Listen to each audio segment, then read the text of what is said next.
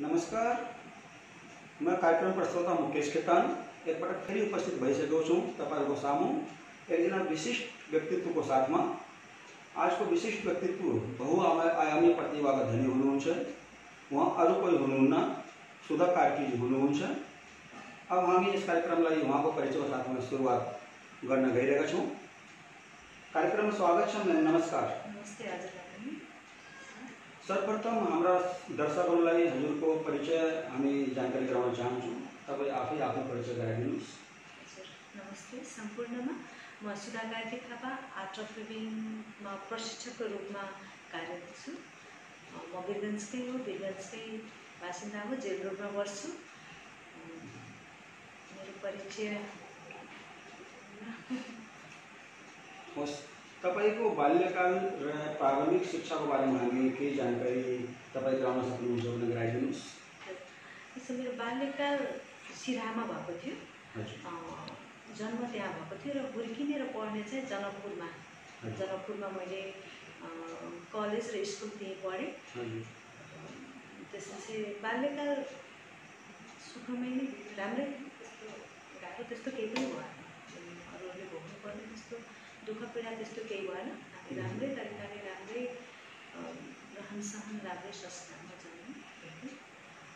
Main यो त हाम्रो बाल्यकालको कुरो भयो, प्रारम्भिक शिक्षाको कुरो भयो।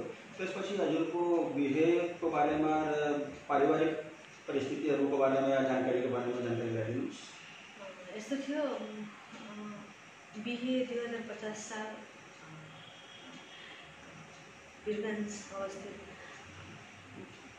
कृष्ण थापा नर्सरीमा उहाँसँग भयो। यी वीरगन्जमै भनौँ न, सानो उमेरमा बिहे भयो अहिलेको परिवेशमा। र पनि अब त्यति बेला अब बिहे गर्ने भनेपछि अब ल हुन्छ। हाम्रो बेलामा कस्तो थियो भने चलन, बिहे गर्ने मम्मी ड्याडीले आमा बाउले बिहे गर्ने भनेपछि हाम्रो नो भन्ने, नाइ भन्ने चाहिँ चलन थिएन हाम्रो बेलामा चाहिँ नि।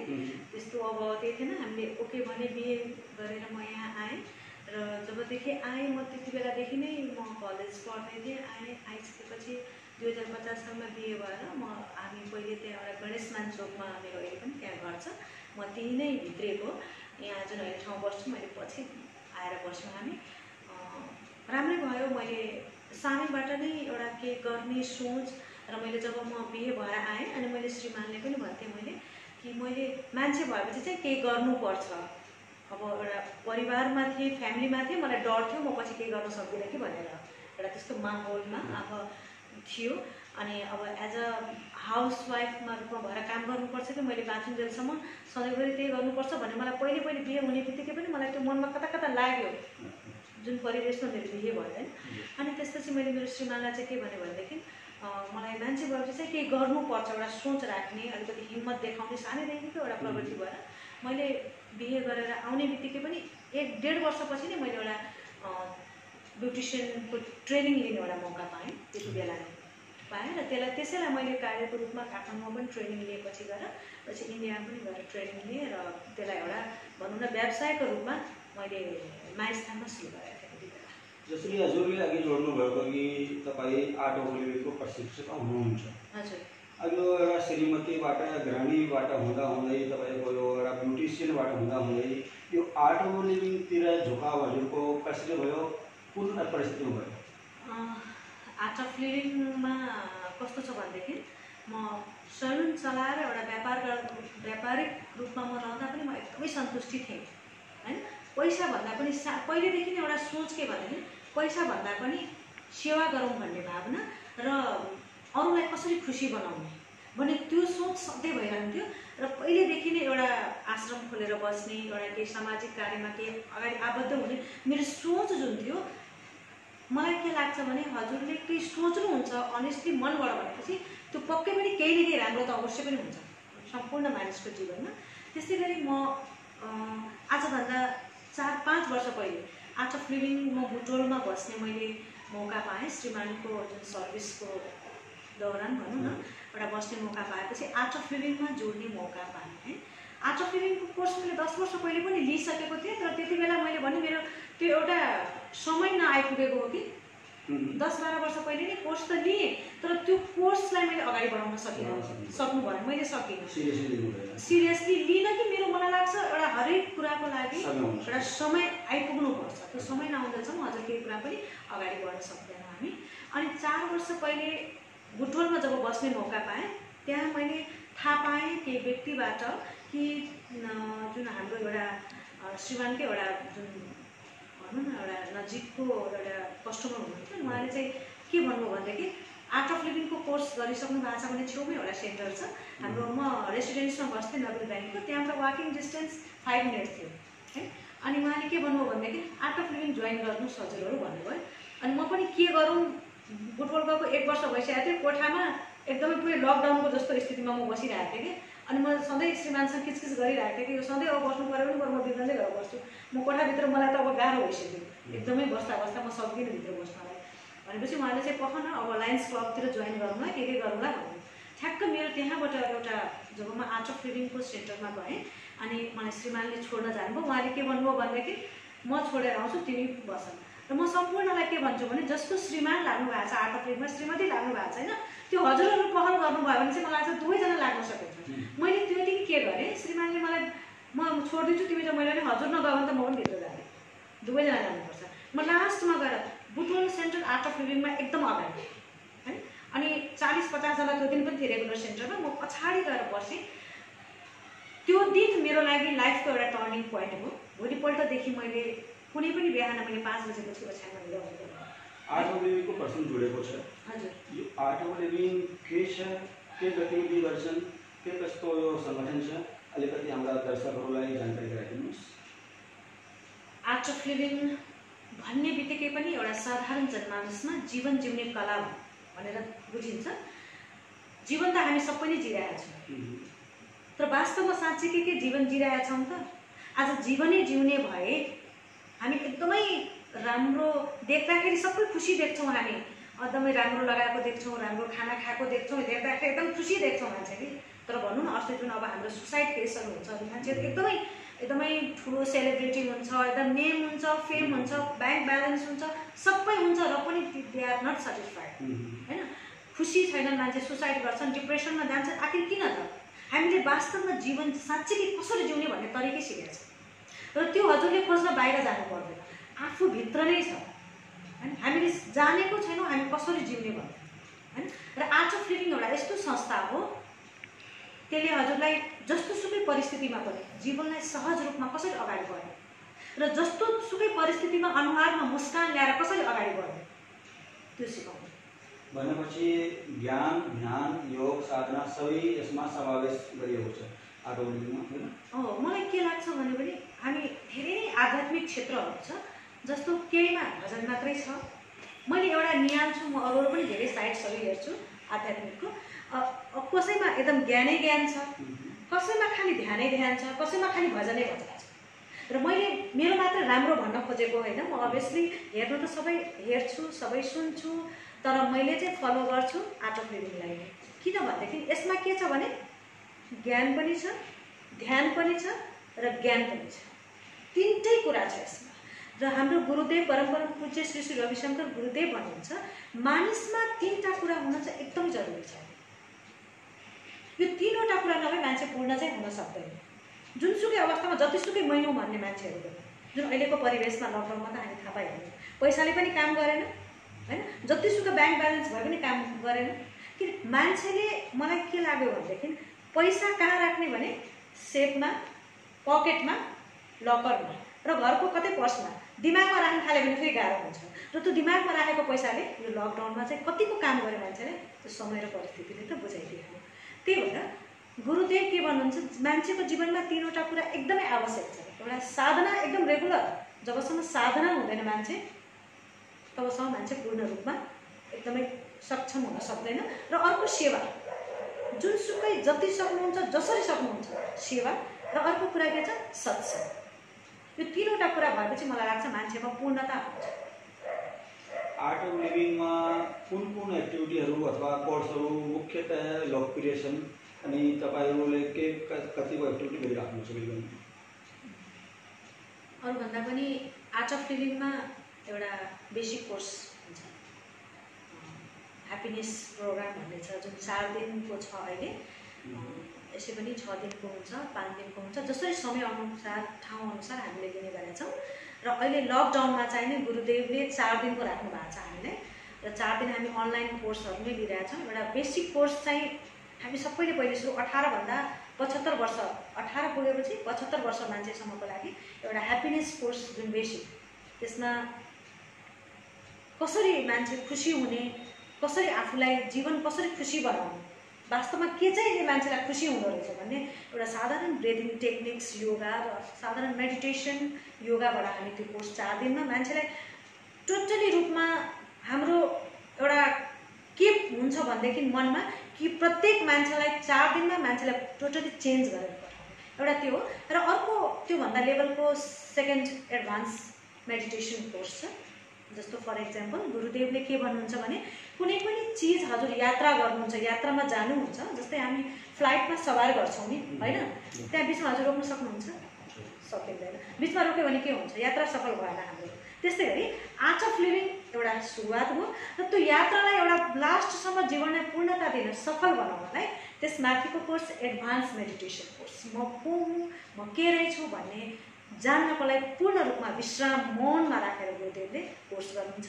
र यहाँहरूको लागि एकदमै सुनौलो अवसर अर्को पनि के छ भने गुरु पूर्णिमा नजिक आउँदैछ, 1 हप्ता छ क्यारे, 5-6 दिन।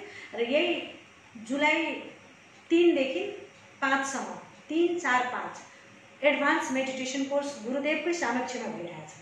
र हामीले अहिले नेपालबाट कमिटमेन्ट गरेका छौँ 1000 जनाको पार्टिसिपेट। अहिले हामी टिचरहरू सबैले त्यसैमा लागेका छौँ। र भोलिबाट हामीले भनिहालेँ मैले, अहिले लकडाउनमा हामी आर्ट अफ लिभिङको टिचरहरू झनै व्यस्त भएको छौँ। कसरी मानिसलाई एन्जाइटी, डिप्रेसनबाट बाहिर निकाल्ने, त्यसको लागि हामी दिन रात हाम्रो महिनामा 3 वटासम्म कोर्स भएको छ। अहिले भोलि बिहानबाट फेरि सुरुवात छ, 6 देखि 8, बेलुका 5 देखि 7। अनि म्याम एउटा कुरा हामी जान्न चाहन्छौँ, जसरी प्रायकर मान्छेहरूमा भ्रान्ति हुन्छ या यो एउटा धारणा बसिसकेको छ कि यस्ता प्रायकर जति पनि संस्थाहरू हुनुहुन्छ यिनीहरूले धर्मकै प्रचार प्रसार गरिरहेको हुन्छन् या एउटा विशेष धर्मलाई नै प्रमोट गरिरहेको हुन्छ। यो संस्था आर्ट अफ लिभिङ जुन छ तपाईँको कुनै धर्म विशेषको संस्था हो कि यसमा सबै धर्म सम्प्रदायका व्यक्तिहरूले कोर्स गर्न सक्नुहुन्छ? यस्तो छ, यसमा कुनै धर्म, परिपाटी र एकदमै 24 घण्टा माला लिएर जप्नुपर्छ, 24 घण्टा पूजा गर्ने मान्छे हामीले के सोच्नु पर्यो भनेदेखि हामी एउटा मोडर्न योगी हौँ।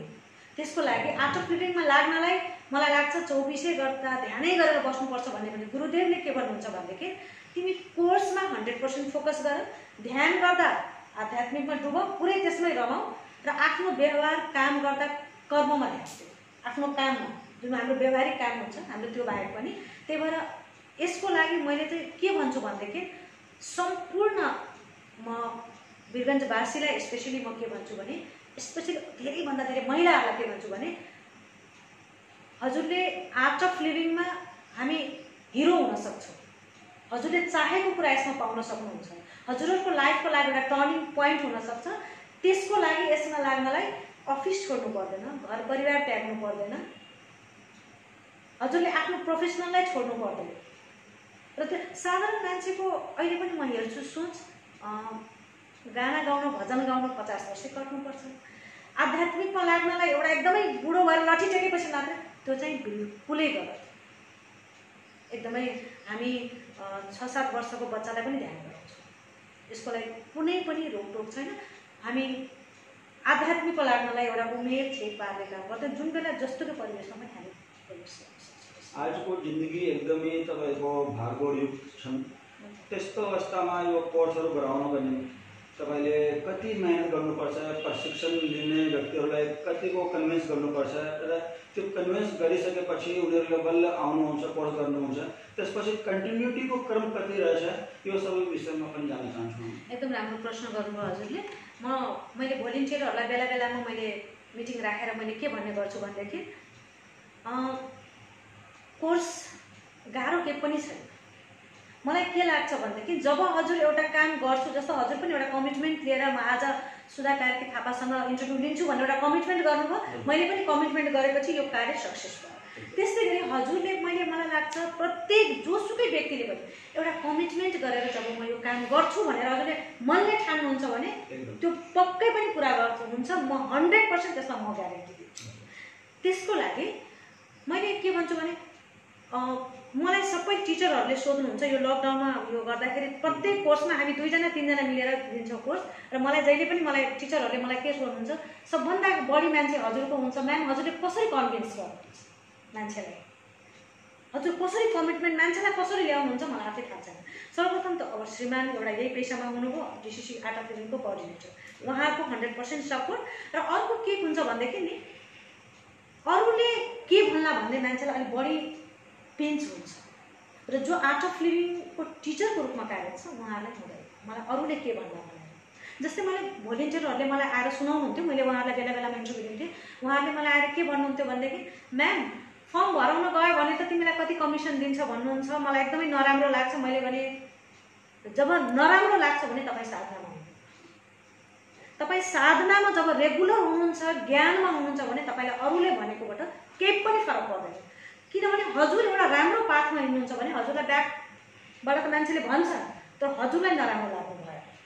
अहिलेको समयलाई हामी कोरोना काल भन्छु त अतिशक्ति हुँदैन सायद।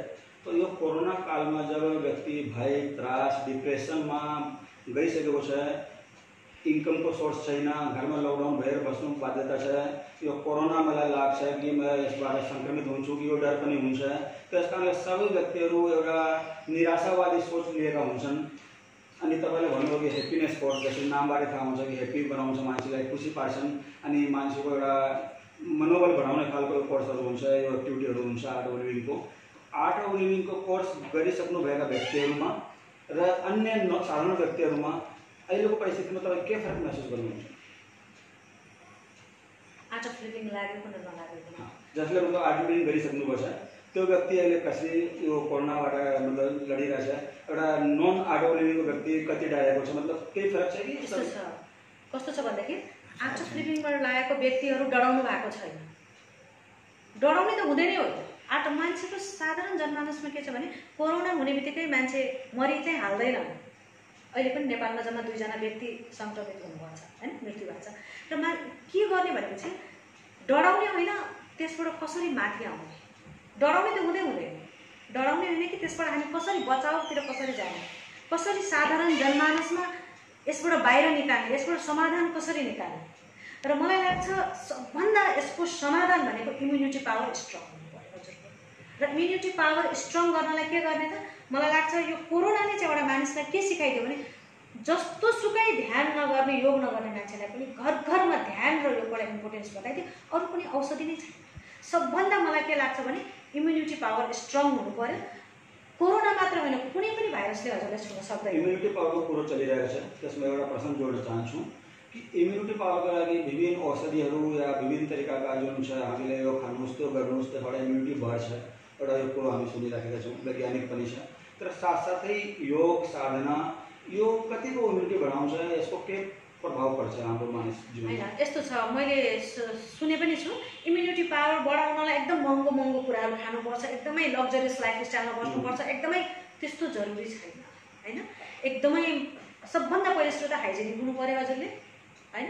अहिले यो कोरोना महामारीबाट हामी वञ्चित भइसकेपछि लकडाउन हटिसकेपछि पनि हजुरले एउटा कुरा सधैँ चाहिँ के गर्नु पर्यो भने सबभन्दा पहिलो सुरु त आफू सरसफाइमा बस्नु पर्यो र आफ्नो वरिपरिको वातावरण सरसफाइ राख्नु पर्यो हात विशेष गरी बढी धुनु पर्यो र सबभन्दा मेन कुरा कोरोनाबाट बच्न या जुनसुकै पनि रोगबाट बच्न म घरिघरि फेरि पनि एउटा भन्छु डराउनु भएन सकारात्मक सोच राखौँ एकदम हर कुरा पोजिटिभ सोचौँ र इम्युनिटी पावर बढाउनलाई मैले के भन्छु भने प्रत्येक दिन बिहान धेरै टाइम हजुरले दिनु पर्दैन 1 घण्टा योगा ध्यान र साधना हजुर जुनसुकै गर्नुहोस् चाहे मर्निङ वाक गर्नुहोस् चाहे कुनै घरमा बसेर कुनै ध्यान गर्नुहोस् जुनसुकै क्षेत्रमा लाग्नु भएको छ तर योगा ध्यान र मेडिटेसन चाहिँ एकदमै जरुरी छ र हल्का खानपिनमा बढी ध्यान दिनु।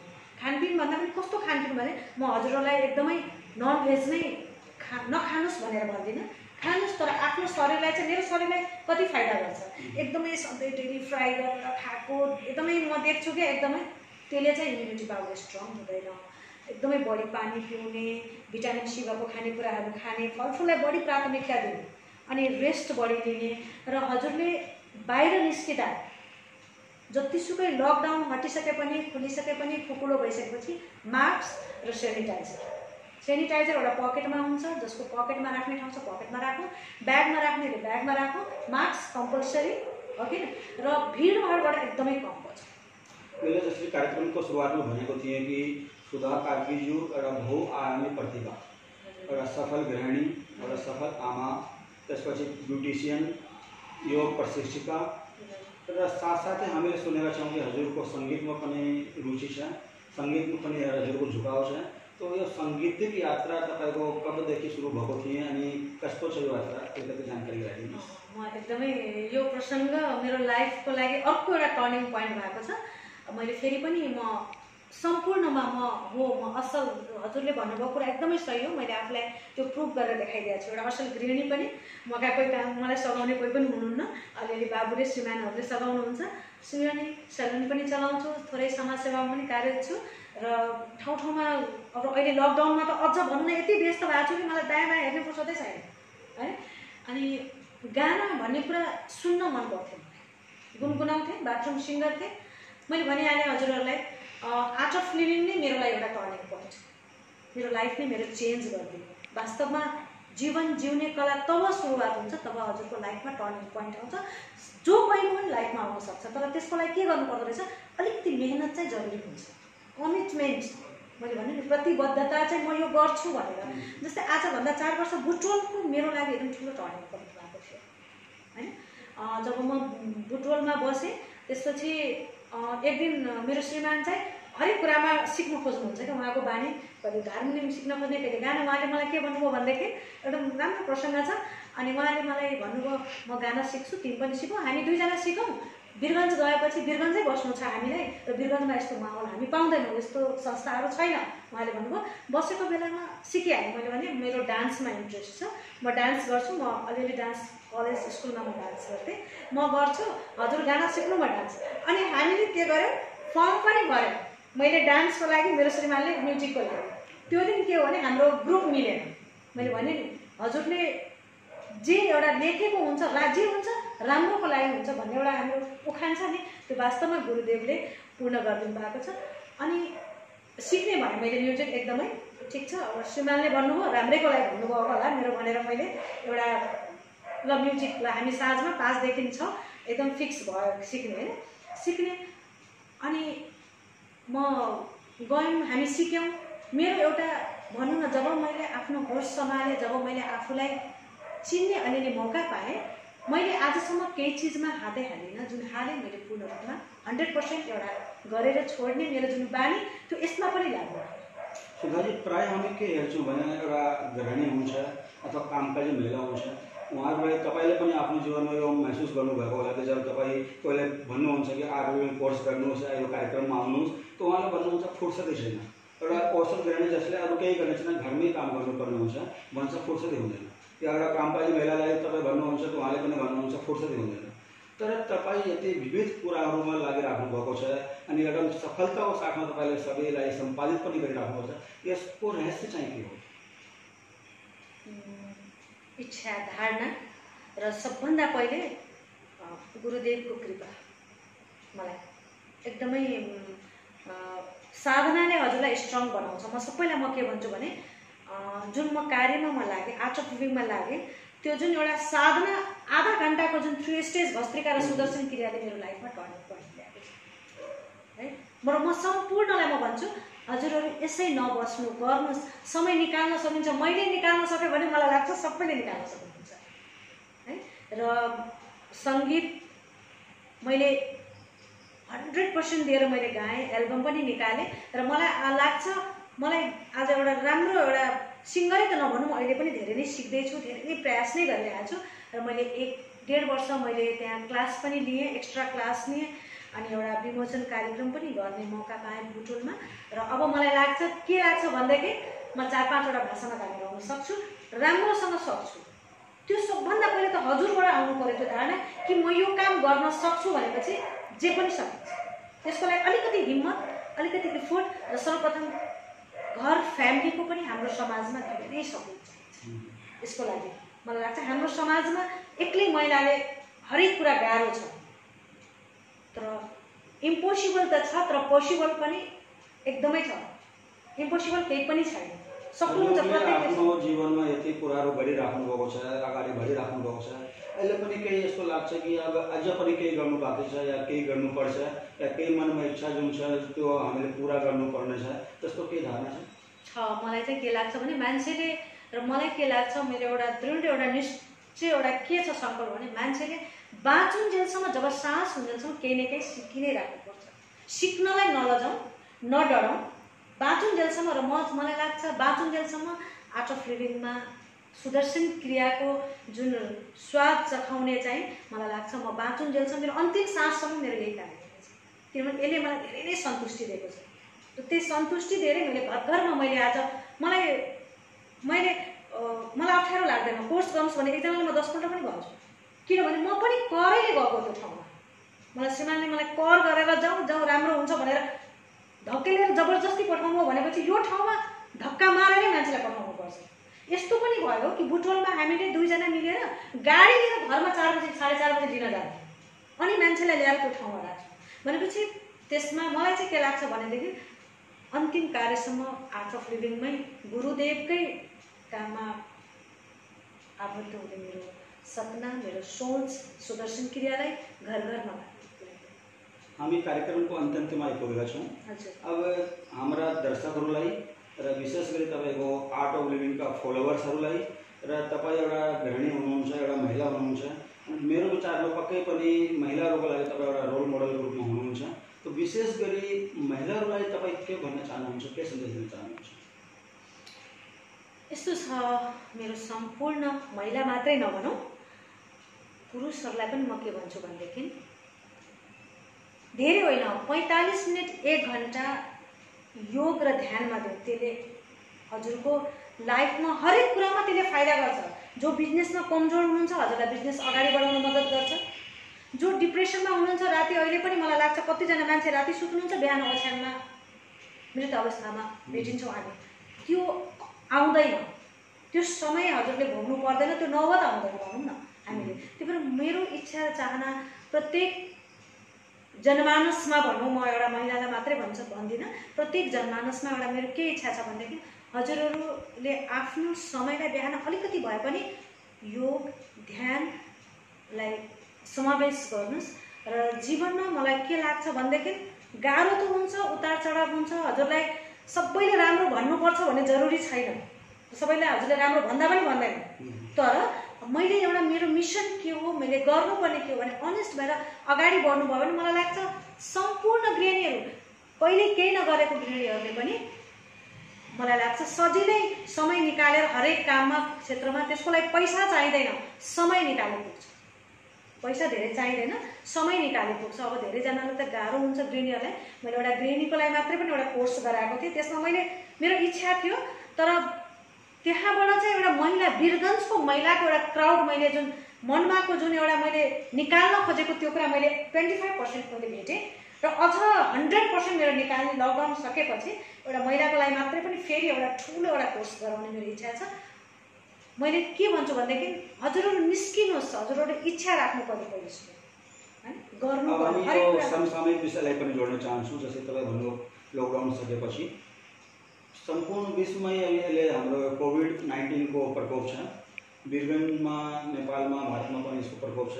यो हुँदाहुँदै पनि बाध्यात्मक रूपमा यो खोल्नु परेको रहेछ।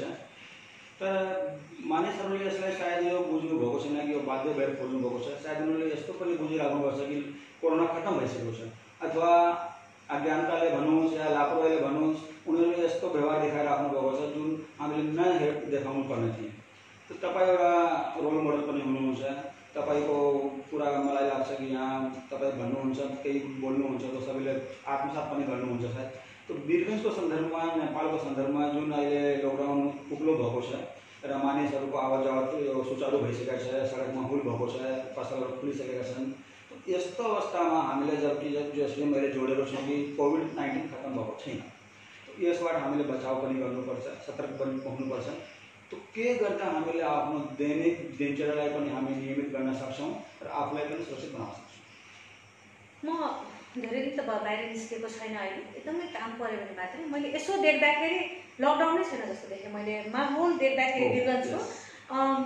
झन् अहिले म जुन ठाउँमा बस्छु त्यहाँ बिर्ता बजार नजिक चाहिँ बिर्ता बजारमा त्यहाँ जुन तरकारी बजार लाग्थ्यो त्यहाँ अहिले मेरो गेटको अगाडि लाग्छ, त्यहाँ रोडको अगाडि।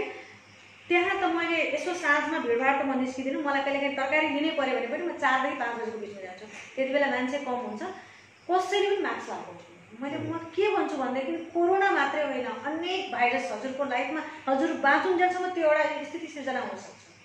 मास्क भन्ने कुरा एउटा यस्तो हो कि हामी एकदमै कम्पलसरी छ। कसैले मैले अब यहाँहरूलाई के भन्न चाहन्छु भनेदेखि लकडाउन सबै पोसिबल छैन हैन, र मलाई चाहिँ के लाग्यो भनेदेखि लकडाउन ठुलो हुनुपर्छ, लकडाउन हट्नुपर्छ, तर एउटा साधारण जनमानसले पनि एउटा के बुझिदिनु पर्यो हजुर भने मास्क कम्पलसरी लगाइदिनुहोस्, हातबाट गर्ने काम छ भने ग्लोभ्स लगाइदिनुहोस्, र एउटा सेनिटाइज र सोसल डिस्टेन्सबाट 2 मिटर 3 मिटर दूरीमा मान्छेसँग बसौँ, धेरै भिडभाड एकदमै धेरै जमघट नगरौँ। र अर्को कुरा पनि मैले भन्न खोजेको थिएँ, बिचमा मैले फेरि बिर्सेँ। अनावश्यक बाहिर निस्किँदै ननिस्क्यौँ, अनि अब जानु पर्यो भने मात्रै जाउँ। अब अनि अर्को कुरा मेरो जनमानसमा मात्रै नभएर पनि एउटा अब यहाँ कसले सुन्नुहुन्छ, अब सेवकको मान्छेहरूले सुन्नुहुन्छ, अब एउटा सुरक्षाकर्मीहरू, अब सबैले सुन्नुहुन्छ भने एउटा सरकारलाई पनि मेरो एउटा के निवेदन छ भने उहाँहरूले जुन स्कुल बन्द गरिदिनु भएको छ हैन, उहाँहरूलाई स्कुलको एउटा टिचरलाई कति गाह्रो छ, स्कुल चलाउने मान्छेलाई कति गाह्रो छ, विद्यालयहरूलाई कति गाह्रो छ, जसको आम्दानीको स्रोत नै त्यही थियो, घर भाडा कहाँबाट तिर्ने, बच्चाहरूले पनि पढ्नु पर्यो, र जुन सार्वजनिक यातायात बन्द गर्नु भएको छ, गाडीको पनि त्यस्तै दयनीय अवस्था छ। उहाँहरूले बरु स्कुलमा बरु हप्ताको 3 दिन 2 दिन मात्र भए पनि स्कुल चलाइदिनुहोस्, अलिकति सोसल डिस्टेन्समा राखेर। र मलाई लाग्छ सार्वजनिक पनि बरु हप्तामा 3 दिन नै गर्ने एउटा रोटेसन गरेर हुन्छ हैन, त्यो पनि यात्रु पनि चलाइदिनु भयो भने, अहिले सार्वजनिक यातायात पनि चलाइदिनु भयो भने चाहिँ मलाई लाग्छ जति बेरोजगार मान्छेहरू बस्नु भएको छ उहाँहरू बेरोजगार भएर घरमा एउटा डिप्रेसनको समस्या उहाँहरूमा सिर्जना भएको छ, कसरी खाने, कसरी घर भाडा तिर्ने हैन, त्यो एउटा भइदियो भने चाहिँ राम्रो हुन्थ्यो।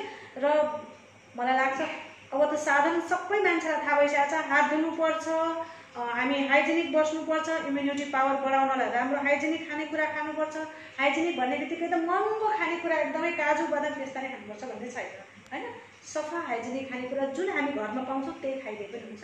तर त्यसलाई मान्छेले सधैँभरि नियम गर्नु पऱ्यो क्या, सुरुमा चाहिँ दिनमा 10 पल्ट हात धुने, त्यसपछि हातै नधुने, त्यस्तो चाहिँ त्यसलाई चाहिँ एकदम निरन्तर आफ्नो लाइफमा एउटा रुटिनको रूपमा ल्याउनु पर्यो सधैँ। बहुत सुधाजी, आफ्नो व्यस्त समयका बावजुद हामीलाई समय दिनुभयो, हामीसँग जुड्नु भएकोमा हजुरलाई बहुत बहुत धन्यवाद छ। र श्रोता साथीहरू, दर्शकहरू सम्पूर्णलाई हामी यस कार्यक्रमबाट आज बिदा माग्ने समय भइसकेको छ। हामी तपाईँ सम्पूर्णसँग बिदा लिन चाहन्छौँ र अर्को साता फेरि नयाँ एउटा अतिथिको साथमा, नयाँ विषयको साथमा हामी तपाईँसँग जुड्नेछौँ। तबसम्मको लागि आज्ञा दिनुहोस्। नमस्कार।